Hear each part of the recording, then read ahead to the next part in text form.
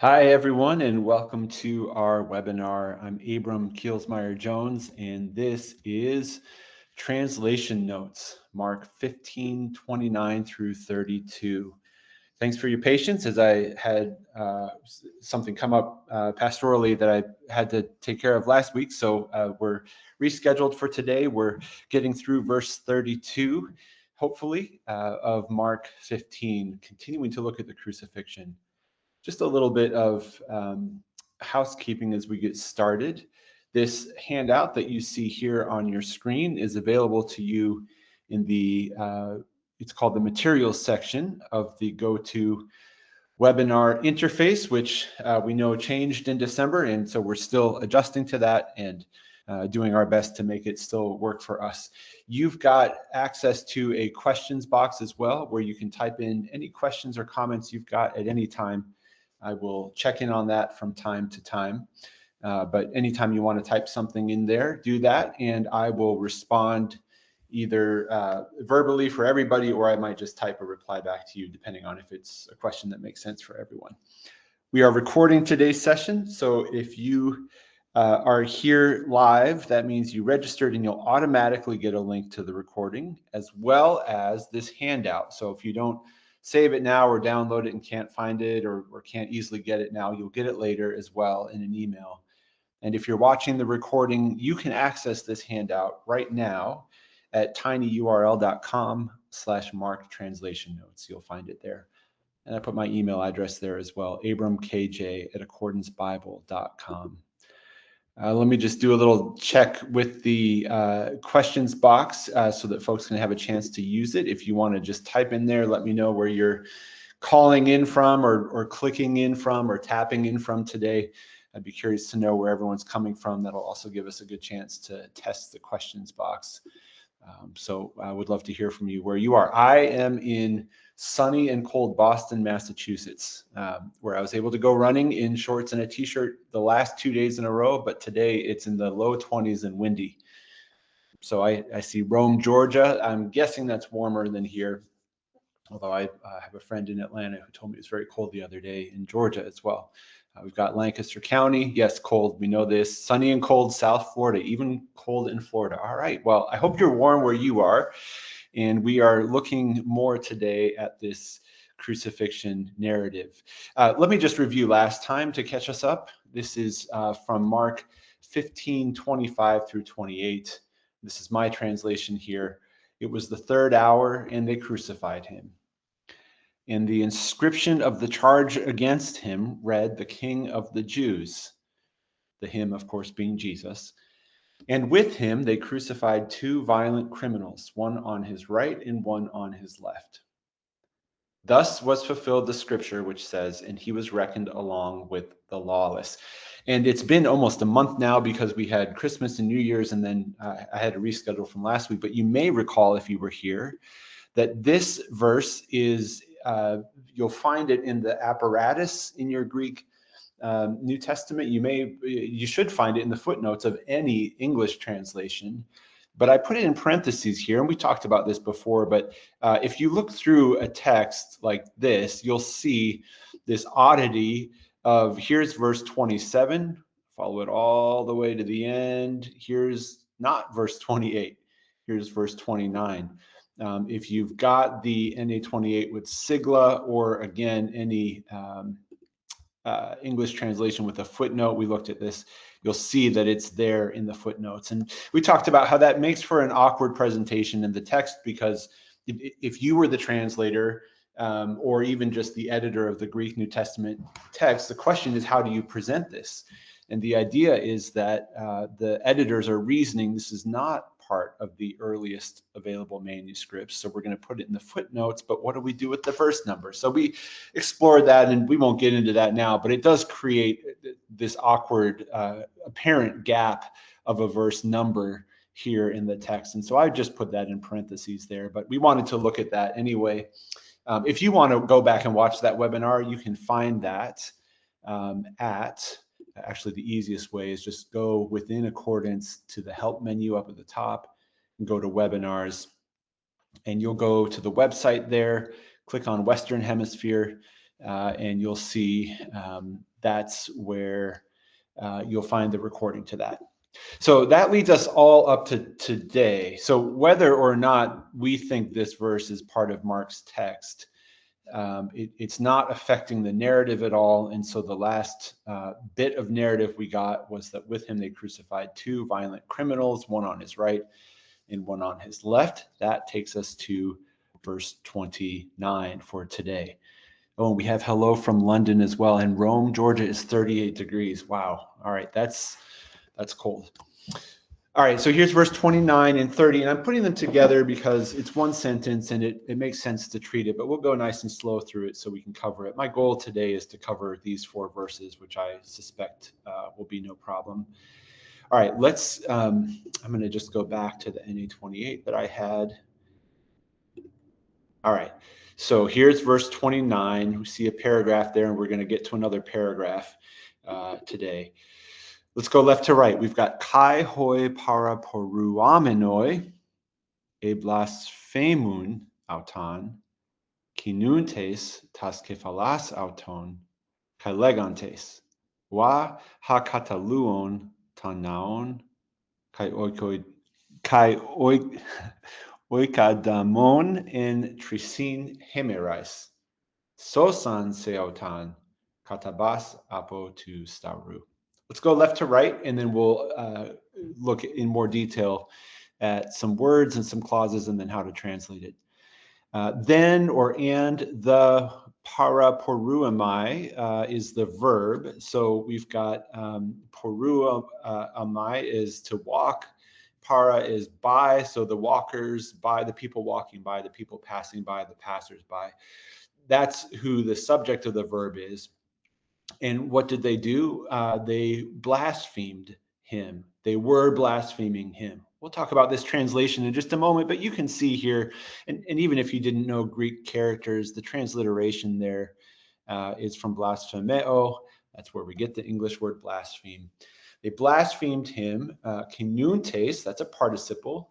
So we take that with an ing, shaking the heads there. So shaking their heads and saying, another participle. So now we get the content of the speech.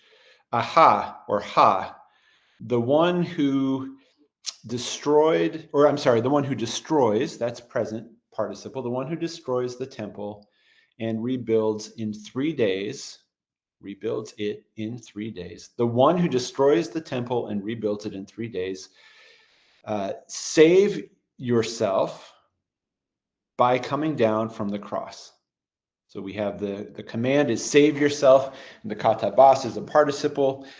Some translations will say save yourself and come down from the cross. Save yourself by coming down from the cross. Let's look at this all together. There's a lot here, both in terms of the content, and also we could ask about what's Mark doing, but also with the Greek. There's some words and some grammatical features we want to look at. Well, here's my translation.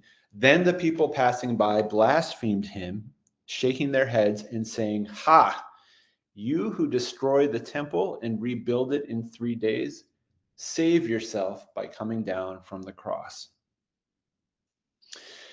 We start with hoi para poruamenoi. That's a participle, as I mentioned right here. Those are the people passing by. The passers-by maybe is more elegant. The ones who were walking by. And this blaspheme word, I think, at least on my first pass, if not in my final translation, I'm going to translate blasphemeo as blaspheme. The question for you as a translator would be, who's reading this translation? Now, it may just be you in your notes and you know what blaspheme means, so moving on. It may be that you've got a certain target group in mind, and blaspheme is it's a word that people would know outside of a Christian or religious context. But if you don't think your audience would know it, you might just consider something like derided, berated, ridiculed, insulted, verbally abused. Some of this has to do with reading level, and we haven't talked a whole lot about that in these classes, but that's one consideration in translation. So here's, for example, the NIRV. This is the New International Reader's Version. So it's essentially the NIV made more readable. And I mean, you could look this up. I'm sure it's readily available online, but different translations are pitched at a different grade reading level. And the NIRV is intentionally pitched a couple grade levels down from the NIV so that it's more readable. So I mentioned that to say you will not get a word like blaspheme in the NIRV. And that may be the way that you want to go. And so made fun of him. Now you could say, well, that doesn't quite capture the nuance of the Greek. And so that's kind of, you balance that with what do you think your readers will understand. This is, I don't want to call it an extreme example, but it is really trying to stress readability here to the point where you might lose some of the nuance of the Greek, but it will be understandable in English. So we get made fun of him on blaspheme. But I would also do a word search in Mark. See how this word is used. Who gets blasphemed in Mark? Who does the blaspheming in Mark? And that's a simple enough search to do by hovering over the word, right-clicking it, searching for lexeme.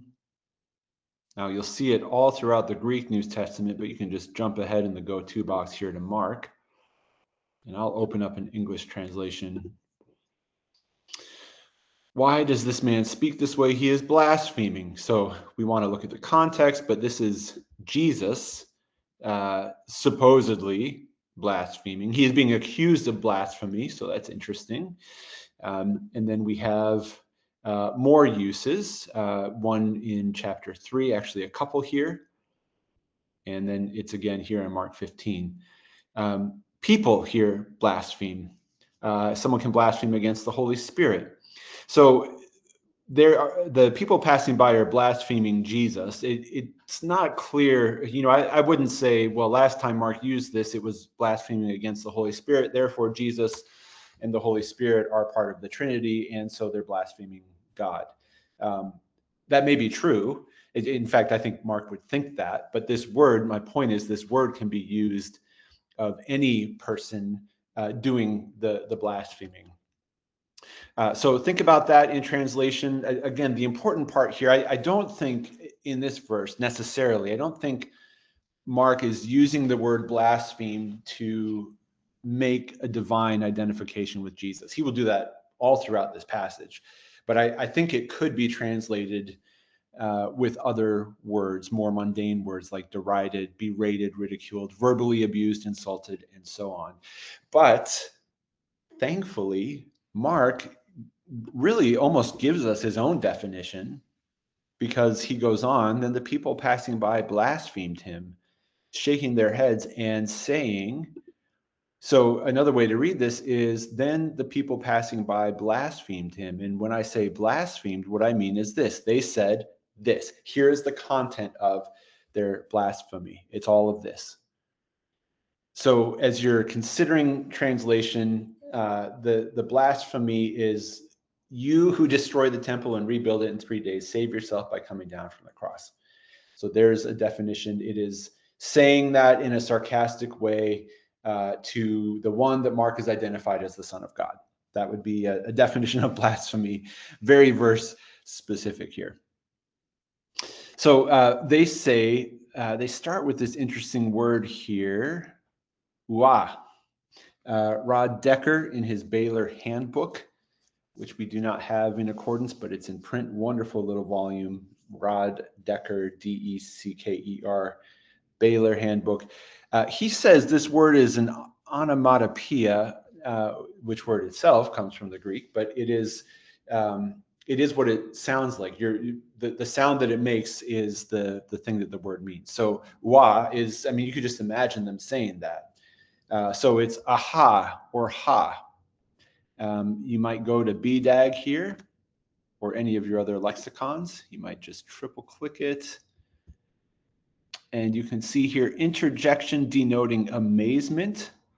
Aha as an expression of scornful wonder. Here an expression of joy. So it is not in and of itself, it doesn't have positive or negative connotations by itself. Now, in context, as we'll see, it is used derisively. And in fact, BDAG tells us it's an expression of scornful wonder. So amazement or not, joy is probably not at play here. And we'll see this if you don't already find that convincing. I think as we go on here, we will, because they tell him to save himself by coming down, and they're saying this sarcastically. But the question is, how do we translate this? I think aha works great. My only reservation with that, and why I didn't choose that translation in the end, is that aha in English can also mean aha, like I'm having an aha moment. But that's not what this is. They are not having an aha moment. They are having a moment of scorning Jesus, like laughing at him. So ha is similarly ambiguous, but I thought it worked a little bit better. But again, I wouldn't belabor that. That's some kind of interjection there.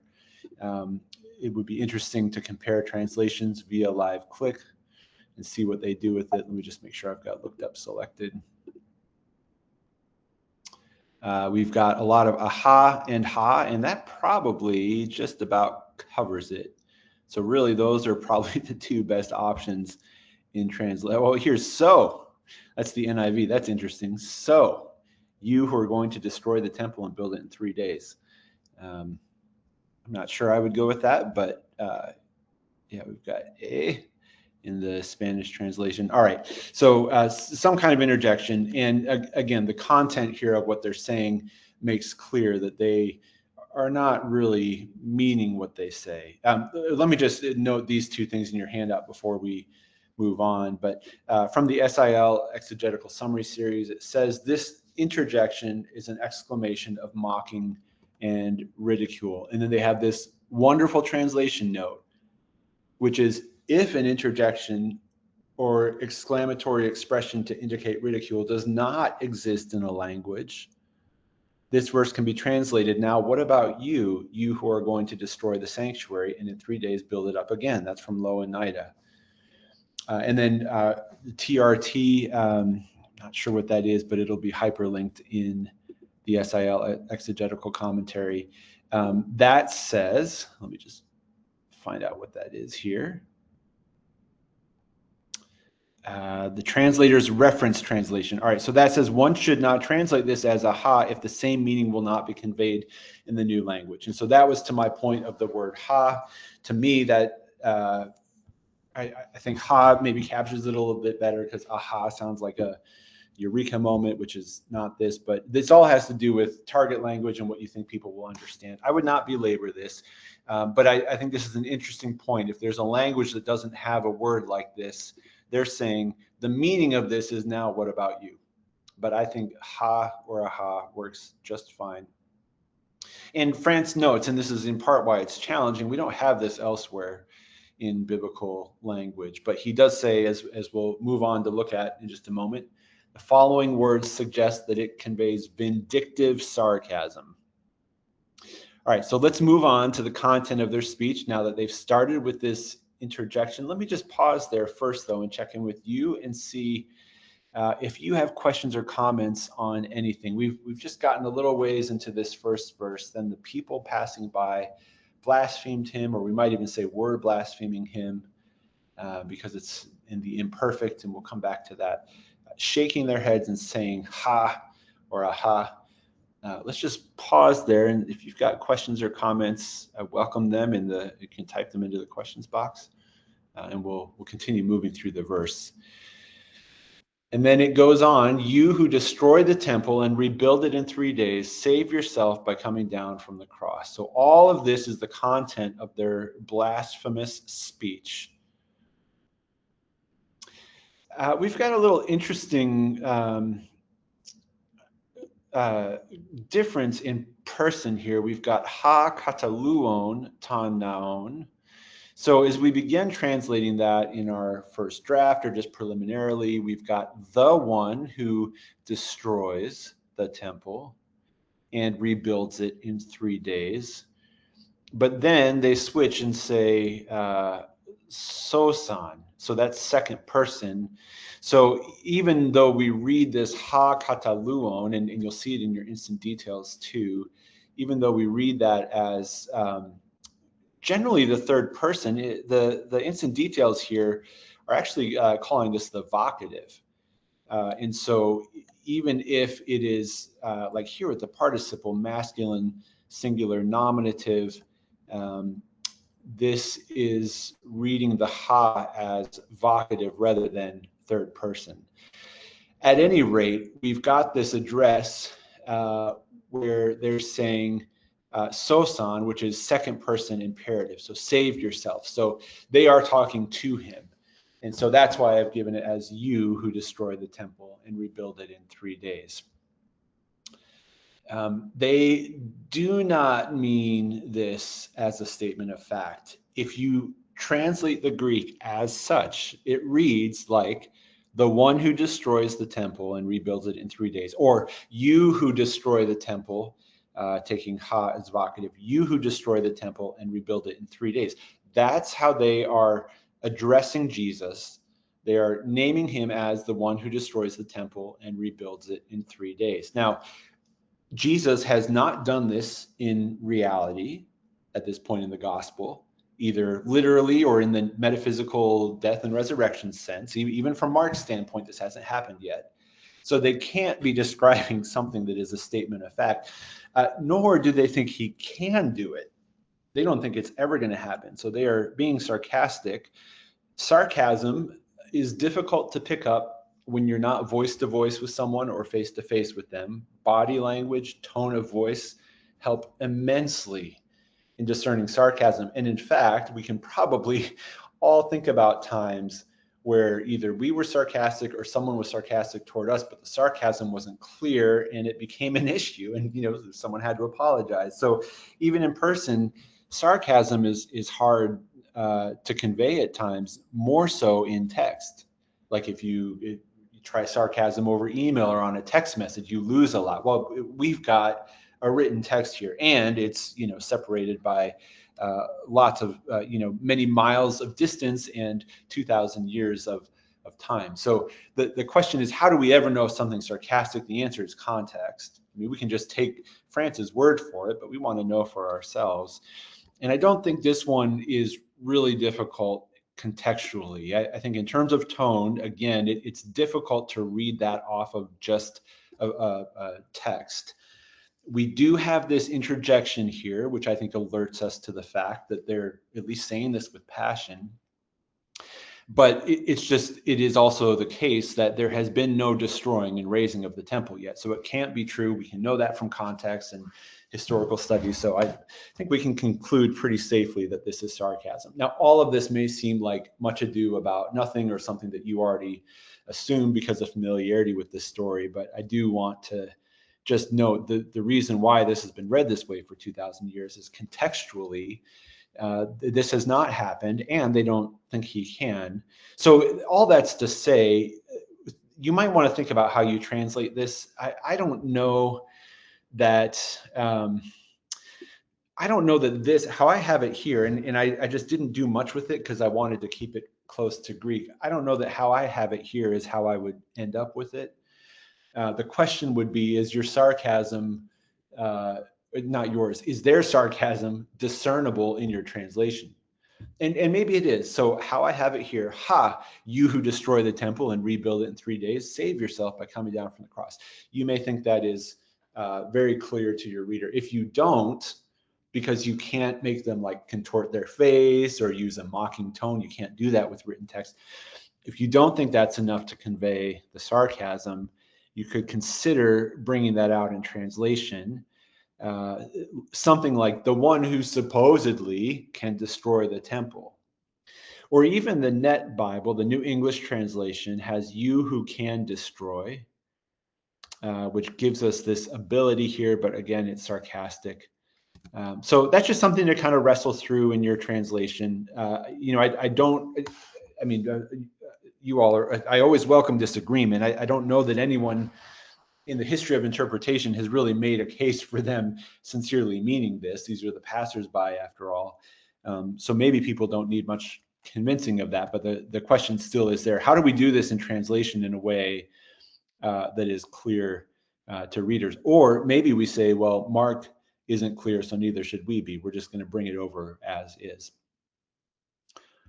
Let's just pause there and see if you've got questions or comments. We're going to move to verse 30. Let me just check 29 and see. Actually, let me just wrap this up, and then we'll take a few minutes for questions. This soson is from soso, and this word is a rich word, as I trust you know. It has a number of meanings in BDAG. We've got preserve or rescue from natural dangers and afflictions, and in this case, save from death specifically, so they locate this verse here. Free from disease, so it can mean heal. Save or preserve from transcendent danger or destruction, say preserve from eternal death. So that's salvation in the theological sense. And let's see what else it's got. It's really got those. Oh, and certain passages belong under 1 and 2 at the same time. So anytime you see this word soso, the question is this talking about a more kind of natural on the spot saving?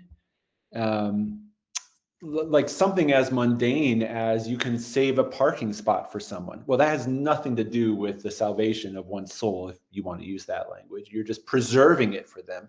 Or, a firefighter might save a kitten out of a tree. Again, nothing to do with salvation in the theological sense. They're just bringing them to safety. So that's meaning number one. Meaning number two is, people might say something like, I went to the revival service and I got saved, praise the Lord. And so that means a deeper theological one. And then I appreciate that BDAG notes it can be both. So the question is, which meaning here? Save yourself by coming down from the cross. Well, again, we get the definition within the text because we have save yourself and then this modifying participle, katabas, by coming down from the cross. So that's got to be saving himself from death, saving himself from pain, saving himself, rescuing himself from the situation. There's nothing in the text that suggests this is the theological kind of salvation. Besides that, the passersby likely wouldn't even been thinking in those terms. And even what would it mean for Jesus to save his own soul? Like, would he have to believe in himself? So that just doesn't make sense. This to me pretty clearly is the first sense. But note that in English, we really, this word functions in English a lot the same way how it does in Greek. This word save by itself doesn't tell you which kind of saving you're talking about. So that gets preserved in English, but I think it's just good to understand what is happening here in the text. So save yourself or rescue yourself or deliver yourself or save your life. You could even say save your life by coming down from the cross. That's what the soson means in this context. I think that's pretty unambiguous here, especially because Mark himself gives us an elaboration on the kind of saving that they're saying to happen. Again, remember, they're being sarcastic. So do they really want him to save himself? Like, are they sad that he's dying and they want him to live? No, this is kind of like, well, if you really are the one who can do this, if you can destroy the temple and rebuild the temple, surely you can get down off the cross. And I don't know that they're even equating these two things.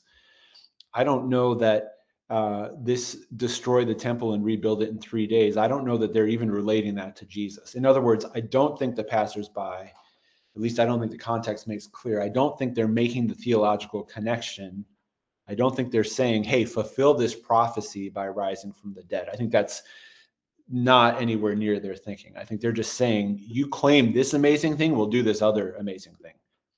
Mark, on the other hand, I think, has this theological meaning in mind. I think Mark is giving us an awesome setup for the resurrection. I think at this point in the book, he's like winking rapidly many times at the readers with this, that there is a meaning here that transcends what these people are saying. And the readers of Mark will understand that Soso can be doing some more work here, because what Jesus is doing on the cross is in fact bringing salvation, because they will destroy the temple, his body, as he prophesied, and rebuild it. He will rise again in 3 days. So I think Mark is doing a lot with this language. I don't think the people are. So in translation, it's difficult to bring all that out. I think this just works better as notes. But it's worth understanding that I think there's more than just what's on the surface in terms of what these people are saying. And that's not unusual, that a character would say something and not realize the significance of what they're saying. All right, let's go to questions and comments. Let me see what you've got. I'm going to I will anonymize your questions and put them in the chat and respond to them. So somebody says, interesting that the Jewish people and the Jewish leaders have different insults. Even Pilate's crime is king of the Jews. Yes. The phrase passing by implies the crucifixion was nearby a main roadway. Yes, the Jewish leaders were stationed to gloat. Right. And I don't remember where I read it now, but somewhere saying that part of the crucifixion, just the awfulness of it, was that it was meant to be a sign to other people. It's not done in private. You could do that in private, but it's sort of like, we're going to make an example out of this person. So it's an act of terror, really. It's an intimidation tactic, among other things. I mean, it is its own punishment, and they're doing it in public. So yes, that's a good explanation for the people passing by, and it just adds to the horror of the whole thing. All right, let me see other questions. Yeah, great. Let me put this in the chat. And sorry, I'm still trying to navigate this new interface myself. Somebody says, all point to his inability to come down from the cross as proof of his deception. That's right. So they're setting up a test and he's failing it. Well, he's not really failing it, but according to them, they are. Yeah, he's not going to come down from the cross, at least not in the save himself way.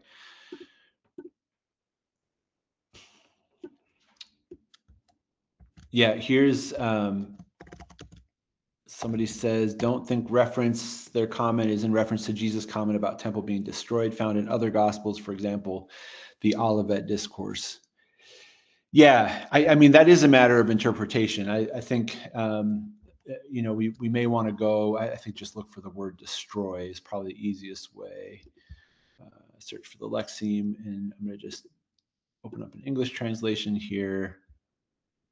So here's in Matthew, we've got, now interesting, in Matthew, this is a little bit more, well, these are the witnesses, but this man said, I'm able to destroy the temple of God and rebuild it in 3 days. So we have that there. We have this in Mark 13, Jesus saying everything will be torn down. And then in Mark 14, we heard him say, I will destroy this temple and in 3 days build another not made with hands. And then we've got it in verse 15. So Mark has alluded to this before, even if not putting the exact quote as such on Jesus's lips. So I think he could have this in mind. But yeah, I mean, some of the meaning, I think, comes or expands when we read this in light of the other gospels, that's for sure. Let me see if I've got anything else on the handout here. Yeah, great comments, great questions. Let me see if I've gotten all of them. I think so. Keep the comments and questions coming. Okay, let's continue on to verse 31. I'll go back to accordance for this, and we get Hamoios kai hoi archieres empaisantes pras alelus metaton grammateon elegan alus esosten heautan u dunatai sosai. All right, this word should look familiar because we just looked at it. So we'll have an interesting, I don't think the translation is hard. I think this word is save in English, but again, like so, it could mean different things. So we'll look at that in a minute.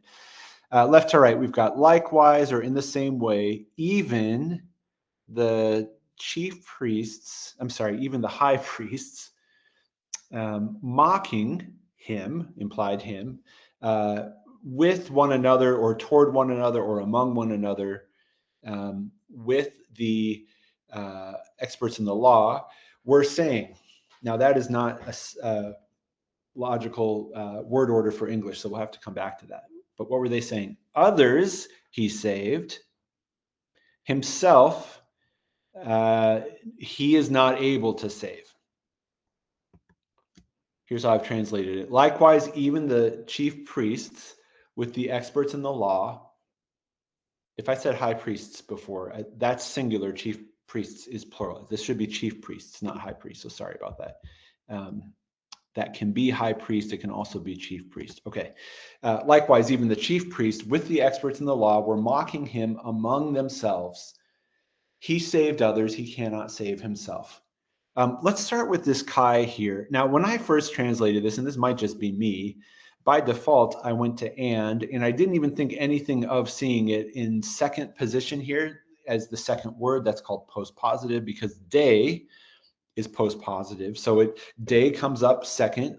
Gar is like that, for in Greek. Those words are generally first in English in word order in a sentence, but second in Greek. And so I saw that there, and my brain just flipped this over to day for a moment. But then I stopped and realized Kai doesn't go second in a sentence if it means and. It would be first. And we've seen that all over the place. We don't even need to look up examples. They're everywhere in Mark. So in second position here, it's actually going with hoi archaea race. And so it means not and. It could mean likewise also the chief priest, but I think in this case it means likewise even.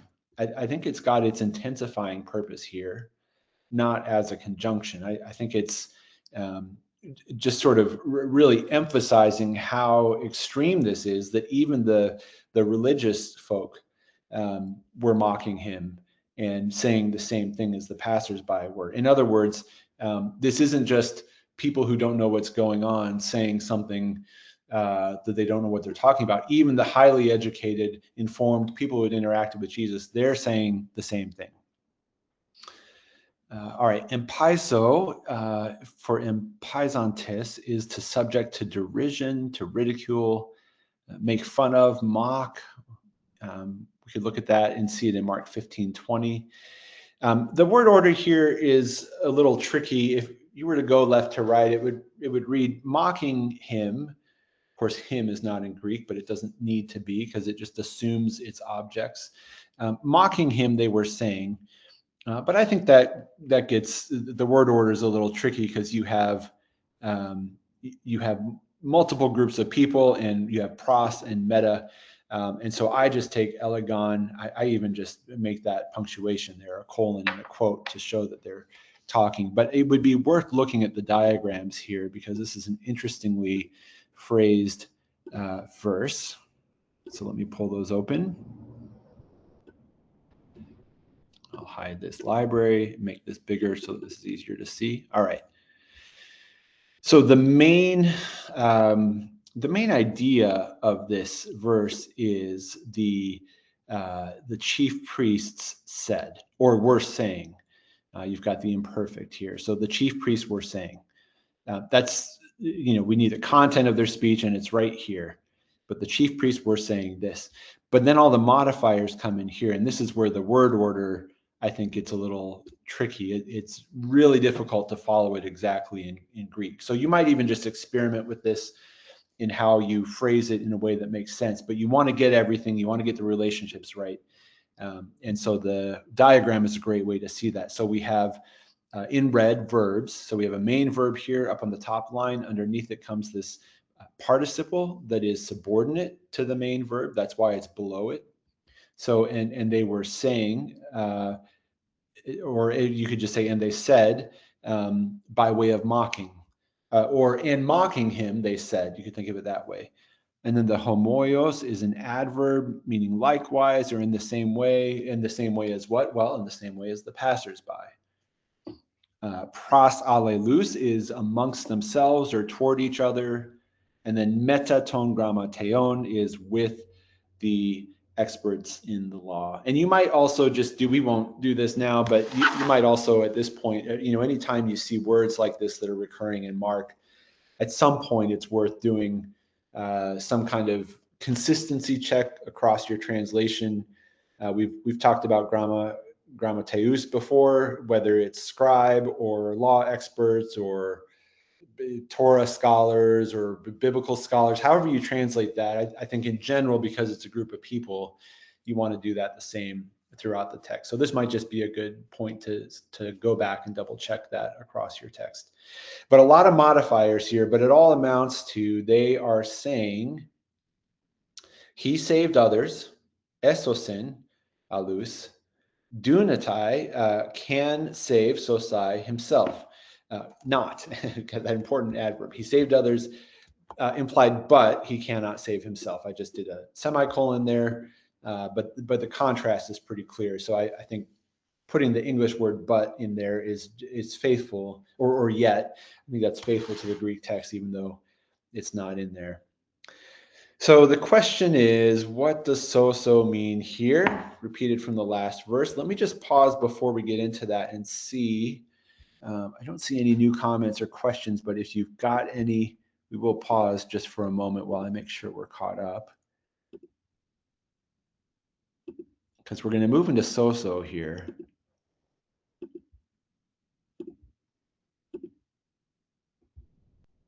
Okay, let's look at this word save.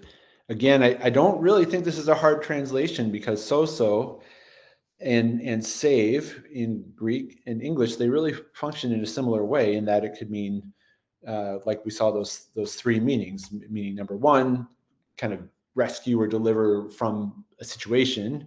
Number two, that more theological sense, and then number three, both. So here I've just gone with, I've just quoted a couple things, but let's look at the word sozo here first before we look into that. We've got it twice here now. So he saved others, he cannot save himself. Now, one of the questions to ask is, are they talking about the same kind of sozo in each clause? He saved others, he cannot save himself. And then, I mean, to answer that question, you need to go through each of those possibilities with each of these saved. So you're getting into three possibilities here times three possibilities here. It's been a long time since I've done my, permutations in math. So I think that gives you 9 possible translations for understanding salvation here. It's been a very long time, so I'm sorry if I'm getting that wrong, but we're not here for math, we're here for Greek. So the question is, to me, the most interesting possibility is, could they be saying, he saved the souls of other people, but he cannot bring himself down from the cross? They could be saying that, I think. I don't think certainly they're not agreeing with that. If they're saying that, it's sarcastic. But that is a possibility. So in that case, the understanding would be he claimed to be able to offer salvation to all of humankind, save, and yet he cannot jump down off the cross, save. So two very disparate meanings. I think that's possible. It's also possible that this doesn't have a theological sense, even used sarcastically, because this word can mean he healed others. He pulled them up out of a ditch that they had fallen into, or something like that. That can have a very mundane meaning. And even that they might be sarcastic about. Like, would these religious leaders acknowledge that Jesus actually did some good? They're definitely not going to acknowledge sozo in a theological sense. Would they sincerely acknowledge that he had helped some people, saved them? You could think of it like lowercase s and capital S. Did they think he lowercase s saved them? Given the context, it's hard to say that they're affirming him even in that way. I think they're sarcastic either way. So I'm not completely decided on what this first sozo means. It could be both. I think the second one for sure is the more mundane kind of hop off the cross, so to speak, because we've had that already in the previous verse, and we get the likewise there. So I think this sozo is the same as the sozo in verse 30. I think this one probably is too, but I think that's a matter for interpretation. And I think how they mean it and how Mark means it could be two different things. And so let's go to these commentaries here, and I'd love to hear what you think. So here are some options. This is from the SIL Exegetical Summary Series. It means even though Jesus saved others from diseases, he was not able to use that same power to save himself from dying. So that's save, lowercase s. And maybe they are acknowledging that he saved them from diseases. Their point was that if that power had now deserted him, the source of that power was clearly not from God. Another possibility is in the previous verse, the people had said, you who destroy the temple and raise it again in 3 days. They mean that sarcastically. So again, I think they could mean this sarcastically. Yeah, he saved others from diseases, supposedly. Another possibility, while they unconsciously bore witness to his miraculous powers when they said he saved others, they did not understand that Jesus had the power to save himself, but could not, because his messianic mission made his death necessary for man or humanity's redemption. Word biblical commentary, the implication is that he has saved no one else, no matter what had been rumored of him. Now here's France. I think this is helpful. He just says that sozo in Mark. So really another great way beyond what BDAG says is see how Mark uses sozo. And France says the verb sozo and its cognates, so related words, have not figured previously in Mark, either in Jesus's presentation of his own role or in the accounts of him by others, except in the sense of physical healing and restoration, that first meeting. So that's where France comes down. But then he goes on to say, well, Mark could still mean this in the more theological sense. So multiple options for understanding this passage. I think it's just a text that is rich with meaning.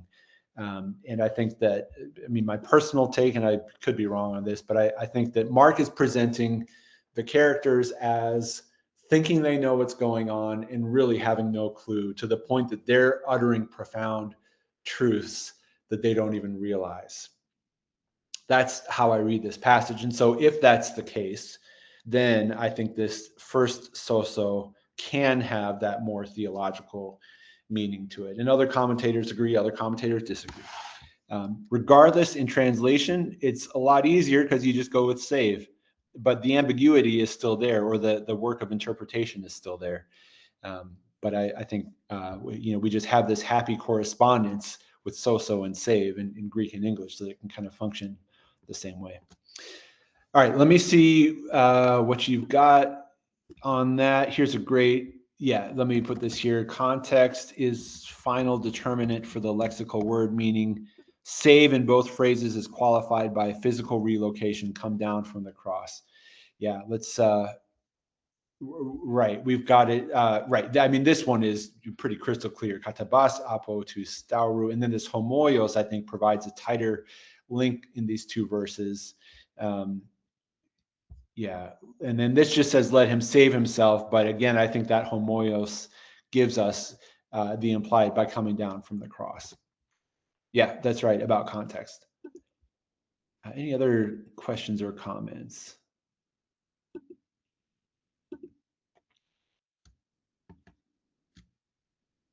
All right, let's go on to verse 32. It's such a rich passage. We've been in Mark for how long together? 4.5 years for these translation notes. And I still marvel at how much Mark can do with so few words. So here's another example. And we won't get a whole lot into the theology of it, but I'll have some notes about that in some future directions. But let's do Greek to English first. So the speech is continuing, right? We've got the continued quote. They haven't stopped. So they're saying he saved others, he cannot save himself, and then they're continuing to speak. So keep that quote there. Ha Christos habasileus Israel katabato nun apo tu stauru. There's the come down from the cross. All right, so that's not just linked by the likewise, but it's here too. So 100% confirming saving is coming down from the cross. So they're both, the passersby and the leaders are saying all the same thing. Hina idomen kai pistusomen kai hoi sunes stauromenoi sun auto onedizan autan. All right, let's go left to right. The Christ, or the Messiah, the King of Israel, let him come down now from the cross. And again, that's connected with the sozo. In order that we might see, or that we should see, or we shall see, subjunctive there, and that we might believe.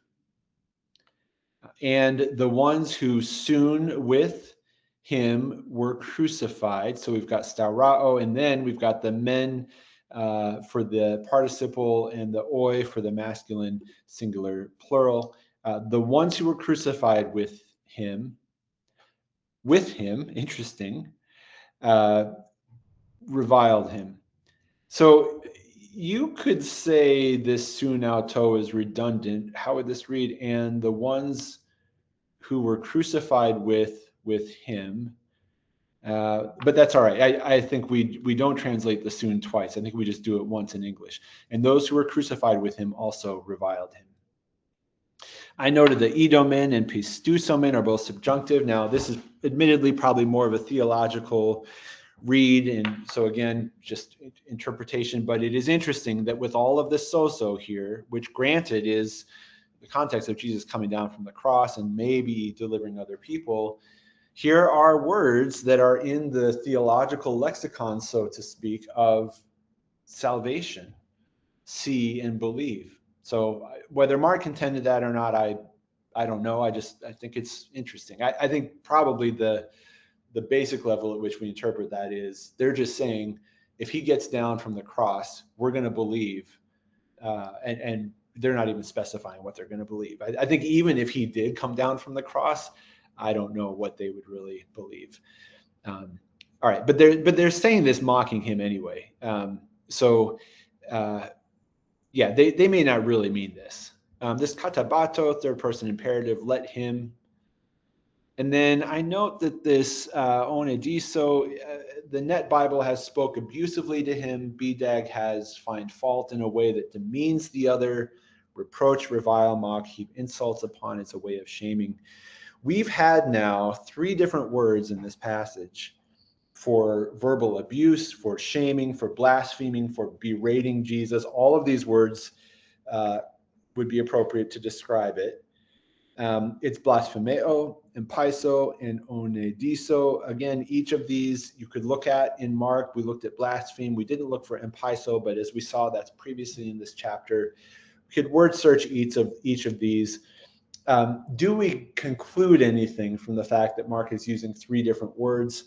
Maybe, maybe not. If we don't, it's just poetic variation. If we do, it could be Mark is using multiple words in his vocabulary to capture the awfulness and the intensity of their terrible speech toward him. And he's taking 3 different words to do that. Or again, it could just be poetic variation. Either way, I think in translation, the important thing here, if you can, is that Mark is using 3 different words for this verbal abuse, this mockery, this derision. We should use 3 different words too, just to show that it's different words in Greek. And then next time you see empaiso, as long as the context is the same, translate that the same way across the text. But I just note that we have 3 different words here. France says the mockery of all 3 groups is expressed in the imperfect tense, suggesting that it may have gone on for some time. The imperfect doesn't have to mean that, so you'd want to confirm that with context. But certainly with the passers-by, you do get the sense that this is kind of an ongoing thing, that more than 1 or 2 people are doing this. And you do get the sense too, this among themselves, like this is more than just a one-time statement. So whatever it is, this mocking, this derision, this verbal abuse, whatever words we use to describe it, there's a lot of it. It's going on for a long time, and it's really bad. And that's not even the half of it, what's going on the cross. But here in this section, in 29 through 32, we do get kind of a close-up on the speech part of things. And the emotional or the psychological abuse, that there's the fact that it's physical torture and spiritual abuse. Every kind of abuse you can imagine.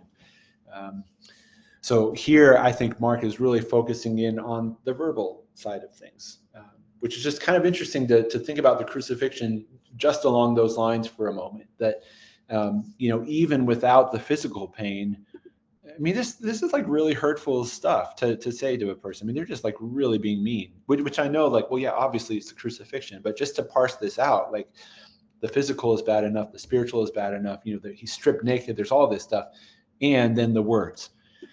So I think maybe these three words, like I said, could just be poetic variation, but maybe Mark is trying to show us, like, yeah, they did it and they did it a lot and it was bad. So I think if I'm going to sum up these four verses, it would be something like Jesus is severely verbally abused too. All right, let me check in with you on questions or comments. I'm going to put these in the chat and read them aloud. Somebody says, "Sunestar romenoi." Sun auto is an example using repetition for greater emphasis. That repetition should be shown in the translation to convey that emphasis. It is a wonderful, and sorry, I missed some of your text. Oh, Easter egg in the, it is a wonderful, hold on, let me get the rest of this comment. Bear with me. Here's the rest of the comment. It is a wonderful, I'm trying to copy and it's not working. Let's try again. Everyone's on bated breath. Easter egg in the text, illuminated by the other gospels. So if you were going to do that, you would want to think of, I mean, I don't think anyone would want to say those crucified with him, but maybe think about a way to bring that out. If you read it that way, those who were crucified right next to him or something like that could be a possibility. Let me see other questions. Oh, here's a great comment. I will put this in the chat. Somebody says the come down from the cross is another temptation given by humans, but not unlike the temptations offered by Satan. Quite right. Yeah, I think that there's a lot. I mean, we just scratched the surface of the theology of this. And again, the goal of these sessions is translation and using accordance to do it. And inevitably, there's theology involved in translation. But that is an awesome question to think about. Like, what's really going on here in a cosmic sense in this passage? I think there's just, like I said, Mark is pretty sparing with these words. We've only been doing 3, 4, 5 verses at a time as we slowly go through this crucifixion narrative. But wow, there is just so much all throughout it. And I think Mark is just a brilliant storyteller. These are great comments and questions. Are there any others? And we'll think about wrapping up. Let's just briefly look ahead and see where we're going next. So we get the actual death. And that's going to happen. Well, we still have some more setup. Okay, so that's in verse 37. So we're coming up to that. But again, even the, I don't want to say terse, the concise, even the concise Mark is just describing all the meaning here and linking this into other scriptures and characters and things like that. So yeah, so much more coming up here in what's next. But we are getting somewhat close to the end of 13. But I don't feel a huge need to rush us. I think we'll keep going at this pace, although I always welcome your feedback on that. Speaking of which, as soon as I end this webinar, there is a form that will pop up on your screen where you can offer any feedback or answer or ask us any questions, and we'll get back to you. If you're watching on the recording, of course, that won't come up, but you can email me at abramkj@accordancebible.com.